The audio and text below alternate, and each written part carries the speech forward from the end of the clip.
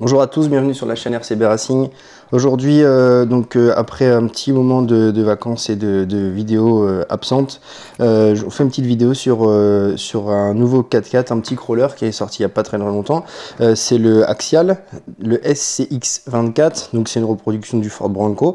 Depuis que Traxxas a sorti le Ford Bronco, maintenant c'est un petit peu le 4x4 phare qu'il y a à faire. Donc je le sors tout de suite, on va regarder ça ensemble. Je l'ai déjà essayé dans la dernière vidéo que j'avais fait, où j'avais fait un peu de bateau, etc. Je l'avais mis en vidéo, il avait roulé. Donc j'ai déjà sorti de boîte, il a déjà roulé une fois. Moi, donc c'est un véhicule qui est vraiment petit, c'est un du 1/24e. Donc vous voyez par rapport à ma main, c'est un petit gabarit. Mais ce qui m'a épaté, c'est la façon dont il se déplace et surtout le réalisme pour un tout petit véhicule comme ça.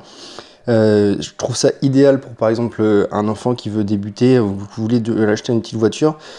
Ça va pas relativement très vite, mais c'est hyper réaliste. On a des LED, on a des petites plaques ici qui peuvent s'enlever. Vous avez juste à venir tirer ici et vous pouvez retirer les petites plaques de désensablage pour venir les poser si vous voulez faire un petit truc réaliste, etc.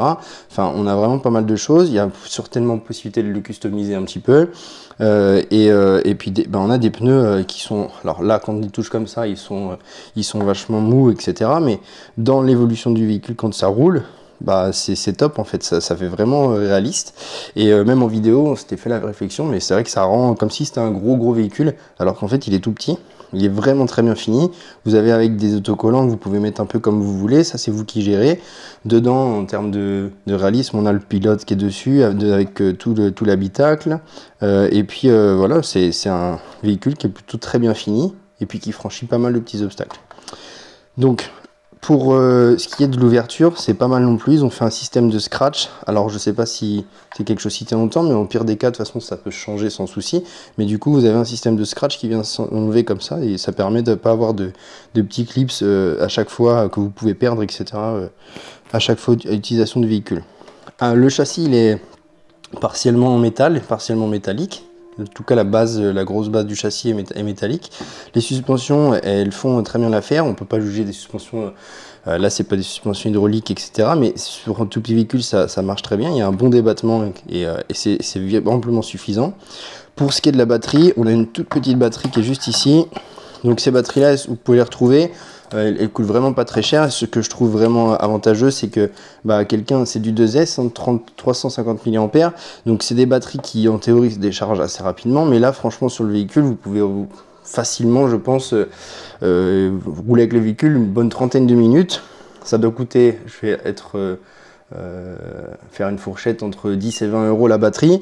Vous avez rapidement un véhicule avec lequel vous pouvez rouler pendant au moins 1 heure. Donc c'est vraiment bien là-dessus. L'autonomie c'est top. La fixation, elle se fait avec un petit velcro comme ça, un petit scratch ici. Et du coup en fait on a ce câble là qui va venir se positionner, faut que je le mette dans l'autre sens, pardon, qui va venir se positionner directement sur le SC. Et puis du coup on a notre connexion qui se fait comme ça. Donc là ça passe ici, tac, je peux venir le resserrer. Et là on a ici notre câble qui vient se positionner. Voilà. Et là on a tout qui est positionné dessus. On voit bien que sur les canaux, il y en a d'autres qui sont disponibles. Alors il y en a pas mal qui sont utilisés, je ne sais pas si vous allez voir. Mais tout ici là en fait c'est possibilité de mettre d'autres LED, d'autres choses. Peut-être qu'il y aura des options qui vont sortir, on ne sait pas. Le petit moteur qui est juste ici, tout petit moteur qui est là, c'est vraiment tout miniature. Le petit cerveau ici qui est aussi ici très suffisant, il marche très bien. Alors moi je vous conseillerais, c'est sur la radio de régler de façon à ce qu'en fait vous n'ayez pas une ouverture totale, comme ça vous préservez un peu votre cerveau. Sur tous les véhicules en vrai c'est bien de faire ça, ça vous évite d'ouvrir au maximum et que ça tire un peu sur le mécanisme. Mais voilà, je l'ai essayé, il est dans la dernière vidéo que j'ai mis. Je vais l'allumer pour que vous puissiez voir la radio, elle est juste ici. Donc la radio c'est parfait, pas besoin de beaucoup plus que ça. On a des options, c'est une radio avec 4 canaux, donc il y a moyen de mettre des choses.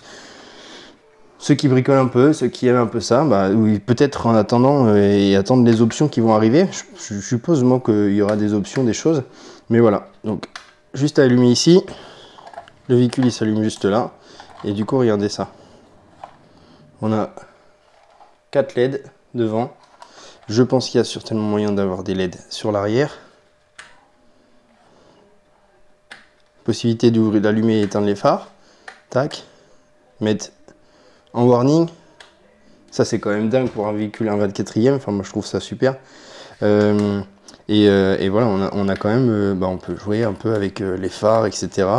Au niveau de l'évolution, le 4x4, il est très réactif sur la direction. La direction, elle fonctionne très très bien. Et puis, c'est sensible, je peux vraiment essayer de jouer doucement pour les franchissements. Tac, c'est vraiment vraiment bien fait.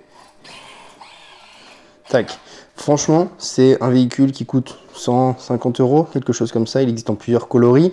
C'est un truc, si vous n'avez pas de place chez vous, vous avez un petit peu des cailloux et tout ça, c'est génial. Vous pouvez passer un temps fou à jouer avec ça, et essayer de faire des petits parcours et tout, sans avoir besoin d'acheter un 4x4 qui est énorme, un gros truc, où il y a besoin d'une grosse batterie et tout. Et puis si vous n'êtes pas sûr de vouloir faire du crawler, c'est un premier pas sur le crawler à un prix raisonnable.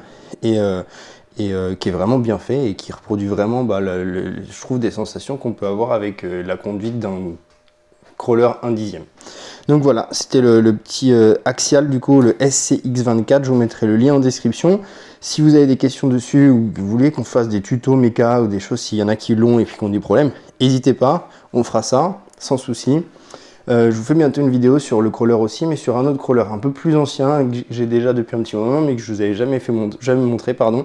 C'est un Sherpa de chez Absolima.